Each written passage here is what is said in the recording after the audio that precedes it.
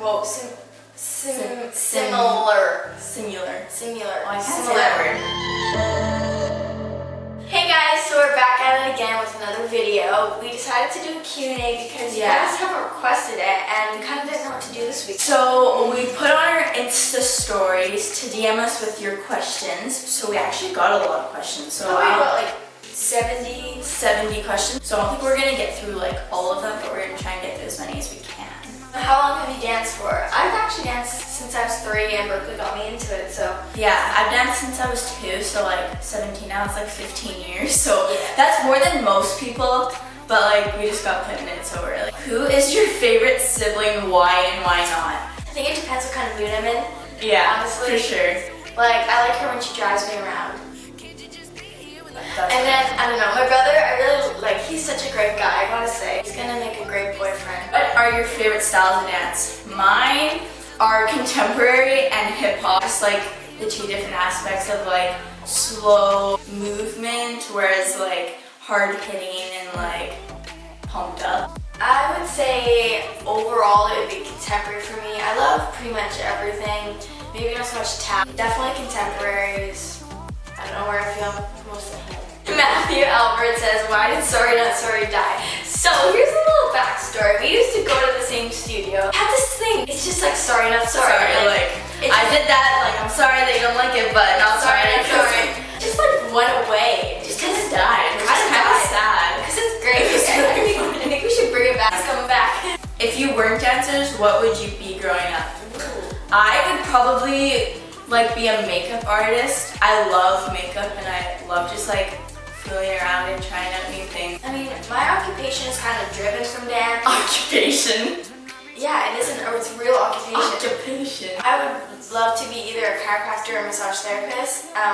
That's more like to like help athletes get through injuries and stuff. Like, I don't know, it's kind of driven from dance. I don't know if that would be like what I want to do if I didn't have dance, but like right now, like if dance doesn't work out, then I definitely want to get. Gotta have a backup plan. Have you and Berkeley ever had a BF? Yes, we both have. Yeah. That's all we're gonna say about that. Are you homeschooled or do you do online school? This is a really good question. Yeah. We get asked this a lot.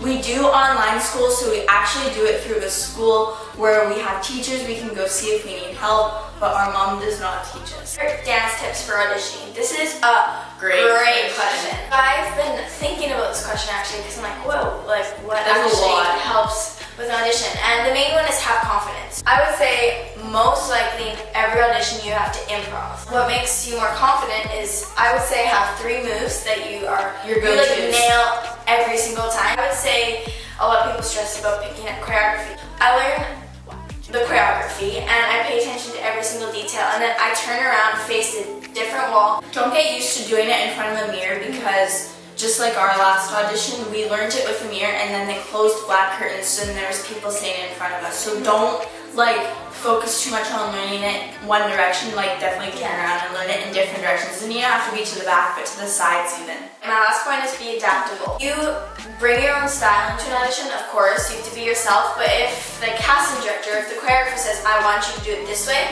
like they have a certain look for it. Yeah, you have to adapt. So they just want to see if you can take direction, if they're going to be someone they actually want to work with. So I would say be adaptable, feel confident, and practice choreography with your eyes closed or turn to the other direction. Who are your favorite singers? Probably The Weeknd. I love his new album. And Virginia to Vegas. Gallant and love Gallant. So good. And Jack Garrett. And then John Bellion. I've always loved him. What motivates you to stretch a lot? I gotta say, sometimes it's hard. Just seeing results really motivates me. I set goals for myself that I want to have my splits 2 inches higher or something like that. Then I know like I have something that motivates me as a goal. What is your favorite store? Mine would probably be Adidas, Lululemon, because like that's where I get all my dance clothes, and Brandy Melville. Adidas, of course, Lululemon, and then Urban Outfitters probably. Faith Park road trip to Hawaii. We got to go on this like sailing excursion because our friend Andrea got like hooked us up with the connections. But I got really seasick on the way there. I didn't really eat. That's TMI. I didn't really eat anything until I got on the boat, which was a bad idea. And then she's a lightweight. Gravel like the night before, or anything. I took it like when I started to feel sick, which was also a bad idea. So like, but then we like went snorkeling and we got to eat like a picnic on the beach, and so it was like overall a really good time. Mine would be the same. Describe each other using 3 words. Calm, collected. She's very spontaneous, I would say. Sassy, loud, Gumby. Favorite part about California. Mine would probably be seeing all my friends down there. I have a lot of friends down there. And I also like dancing there because, I don't know, the atmosphere is just so much different. It's more inspiring to me, like when someone's like cheering you on. I don't feel like we get a lot of that here. Seeing my friends down there is just so great. But like honestly, taking classes just feels so inspired. I mean, they're on a different level there. What are you doing right now in your life dance-wise? Training lots, so we're not exactly with the studio anymore. So basically all our hours is like 21 hours a week. It's just Pure training. pure training. Also acting-wise, like I'm doing as many auditions as I can. I mean, I'm union now, so it's hard to actually get auditions. I've also been taking singing lessons, if you didn't know that. So But yeah, like we're trying to become those triple threats. with a show right now called the Tell Us Youth Mentor Project. Oh, yeah. That's premiering on the 22nd of January. So come watch us, tickets are free. Yeah. I'm waiting to go back to Toronto to see if there's a season 6 of the next step. I'm mostly just like getting prepared for like company auditions and cruise ship auditions, because those are coming up, and like that's me. Like I actually graduate in less than a month, so I'm like really trying to transition into the next chapter of my life. When are your birthdays? Mine is April 29th. And mine's March 26th. And what's your favorite part of being on the next step? Probably the people. Honestly, like I've never met a better group of people. And like the crew members, like honestly, it was just such a fun environment. We had a little bit of a malfunction there. So we're retaping this question because we think it's important. Has there ever been a time in your dance career where you felt like dance wasn't for you anymore and you felt like giving up? If so, how did you get over it and gain more confidence and motivation? So I definitely have felt this before. When I was about 14, 15, I went through this rough period where it just was like, I wasn't getting the support I needed, not from my family, but just from the people I was surrounding myself with. And I was just like, I want to quit dance, Mom. Like, I don't want to do it anymore. I don't like it. So then the next year I was like, maybe I'll try dance again, because I worked really hard over the summer, and I was just like, I'm gonna make this better for myself. So I was given a solo by Lee, which is one of like really good friends.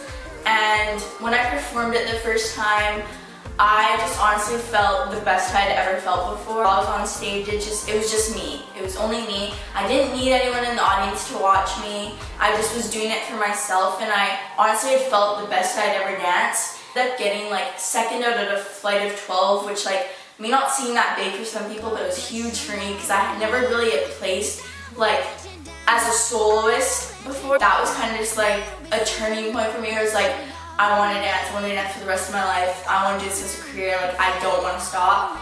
I've had to make changes in my life with the people I've been with, because I feel like it's important to surround yourself with people with the same ideals and passions and motivations as you. Doesn't mean like just like cutting off friends just like that, but I just had to separate myself from them a little bit, just in order to like make sure I was okay with myself. So hopefully that answered your question. I guess that's kind of just our personal experience. But thank you so much for watching this video. Please like and subscribe it, and comment in the down bar below your answers to any of these questions, because we would love to know. And if you have any video suggestions, because we're always looking for new video suggestions. Yeah. So yeah, we'll see you guys next week.